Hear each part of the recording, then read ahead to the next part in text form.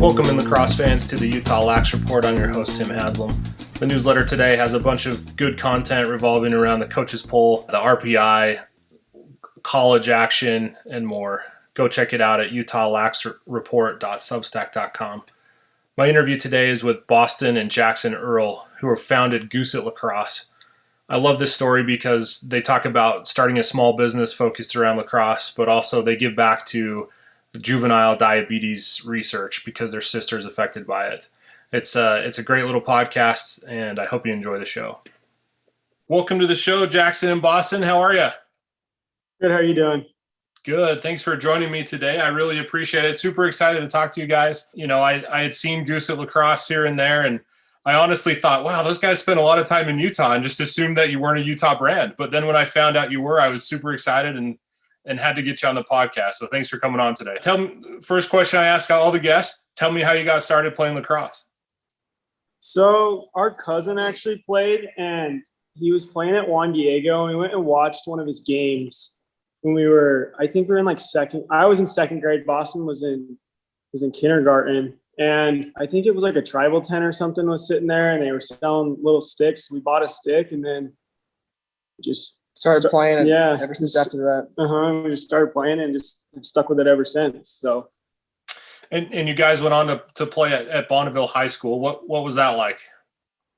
It was cool. So we actually go to Morgan High School, I went to Morgan, but it was, since that school's so small, nobody had a team up there. And so it was either, we could either play at Bonneville or Weber because they were the next closest schools. And I happen to have some buddies at Bonneville from playing hockey. So we decided to just go play there. And as you were playing at Bonneville, what were some of your favorite memories from playing there? Probably getting to play together, I'd say, would be our favorite memory. It was cool. I got to play with him his last 2 years. So his junior and senior year, we got to play together, which was super fun. What about you, Jackson? Same thing. I think because we both played attack. So we were both playing attack together on the same line. So that was super sick because it's fun to just be out there together and do everything. Because we grew up playing hockey too. Same thing. We were deep partners in high school hockey, playing hockey together also. So just being able to play together was super sick. And as you're playing, what comes to mind as your favorite game or maybe a favorite field that you played at? Well, Bonneville would play at that sports complex, and as you're getting close to North Ogden, our first game last year, we only got to play one game because of, COVID and everything, and we played against Weber. And I remember that was kind of like one of my favorite games. Just we played really well, and it was just fun to like finally be playing again. I feel like we hadn't played in forever. So just like, and then the game just went well. It was a fun game to play and fun game to watch. That was probably my favorite one. What about you, Boston? High school wise, I'd probably have to say the same. That was probably my most memorable game I've ever played in. So it was super fun to be back.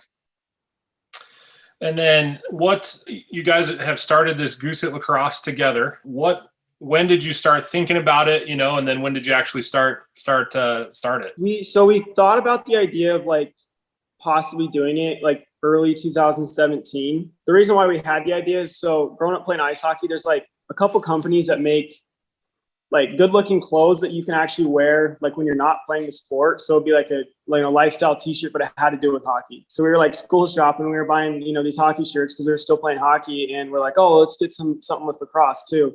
And we were looking around, and nobody was making anything that really, nobody was really making anything. And if they were, it wasn't that good looking. At least we thought it wasn't. So our dad taught us how to use Illustrator from Adobe Illustrator ever since we were little. We've gotten pretty good at it, and we just started kind of making stuff and showing our buddies. We're like, hey, if we put this on a t-shirt, would you wear it? And kids were like, oh yeah, that's sick, So 2018, we got our business license, got everything officially like figured out, I guess, with like got our logo and everything ready to go, and started making t-shirts. Yeah, so we originally had a few ideas, and Goose It was our final one. So Goose It's actually like a lacrosse term, I'm sure you know. So that's where our name came from. And then we just designed everything since then and then got it up and going. So that's kind of the story behind the name. And it's a great name. Goose It is the term you use when you're trying to kind of maybe shovel the ball to your teammate, maybe on a ground ball or something. And I love how you guys have incorporated a goose an actual goose as your logo as well. So you started out making T-shirts and stuff like that. You know, as we're talking, obviously people won't be able to see it, but you've got a branded van behind you and you've been traveling to tournaments. What were some of the kind of that process of, hey buddies, you know, here's a couple T-shirts to where you're at now? Yeah. So we started with two T-shirt designs. Then we had a short sleeve and a long sleeve in each of those. And then we had 3 hat styles. And 1 tent. Yeah. And we had one like 10 by 10 tent and a tablecloth. And that was it. I think we had inventory. We had like anywhere from like 5 to 8 of each size shirt and everything. And that was it. We just really tiny amount. I think the first time we ever sold anything was we set up at because we played club with True Utah. And I think our first time selling, we set up at that tryout just to like see what would happen. And then, I mean, it wasn't a very big, there weren't very many people there. We still did really well and had a bunch of like, good people had a lot of good things to say about it. So, and then we just have slowly grown from there. And now I think we have like almost 30 different shirt styles, same thing in hats. And then we're making like hoodies and vests and jackets. And then we just moved into a little warehouse now. So it's been a slow process, but we're growing for sure. So. And you guys try to get out to all the different tournaments. What's been your favorite place that you've been so far selling Goose Lacrosse stuff? We do a lot of tournaments in California. Those are always super fun just because on your downtime, you get to hit the beach and it's just fun to be in that area. But any tournament that I'm still playing at, because I'm not graduated yet. So anything that I'm playing at, we try to get out to and always sell at those tournaments and stuff as well. So. Sure. And then, probably the most important part or one of the most important things that you do is you donate part of your proceeds back to diabetes research. Talk about that. So in 2012, our younger sister was diagnosed with type 1. And growing up, it's just been tough watching her, seeing everything she has to go through all the time. So we were trying to figure out a way we could kind of help out the best that we could. And that's when we got the idea to do 10% of our profits towards JDRF.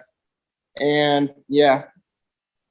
it's, with her every day, she's not on a pump or any, on any of those different things. She just does it the old way where it's prick your finger and give yourself shots with a syringe. So, her poor fingers are just like calloused over from pricking her finger 10 different times a day. And then our mom gets like 0 sleep at night because she's constantly having to get up every other hour to check her blood, make sure she doesn't go too low or too high in her sleep. So we just wanted to do what we could to help because, it's not only tough on her, but it's tough on really everybody around her. Because like our mom, for example, then us just having to like see what she has to go through is, not fun for anyone. So. That's hard. It's hard to do that. It's hard to see that from a sibling. And like you said, 10% of your proceeds are going towards that. What do you see as sort of the future for Goose Lacrosse? Just keep growing. It's like we just want to, I guess, just make it a household name. Like, we're going to obviously keep going to these tournaments. We haven't actually gone to an official summer of selling yet. Last summer was supposed to be our first one. And then, COVID and the pandemic stopped all the events. So fingers crossed this summer goes the way it's supposed to. And just kind of see what's going on from here. We just want to keep growing and just getting our name out there, and hopefully it turns into a household name. Eventually get to a point where not only lacrosse players wear it, but it's kind of something that everyone can wear and just, Sure. And Boston, you mentioned you're still in school, which is awesome. Stay in school. Jackson, is this your full-time gig or is it something you do on the side? So full-time job, yes. I'm also a full-time student at the University of Utah. So I'm going to school. I'm studying operations and supply chain. So not only school, I got this on top of it too. So it's keeping me busy and out of trouble for sure. Sure. And your website is gooseatlax.com. People can go there and buy a shirt, a hat. I saw you guys were experimenting with socks. Maybe those are live. Have you done any team stuff? Can a team reach out and do custom shirts? Yeah, we have a little bit. We had a school out of Minnesota that we did a bunch of like coaching staff jackets and stuff for them, stuff like that. We haven't done any like team wear, like jerseys or anything, but we've done a lot of like athletic clothing for them on the side and stuff like around that area.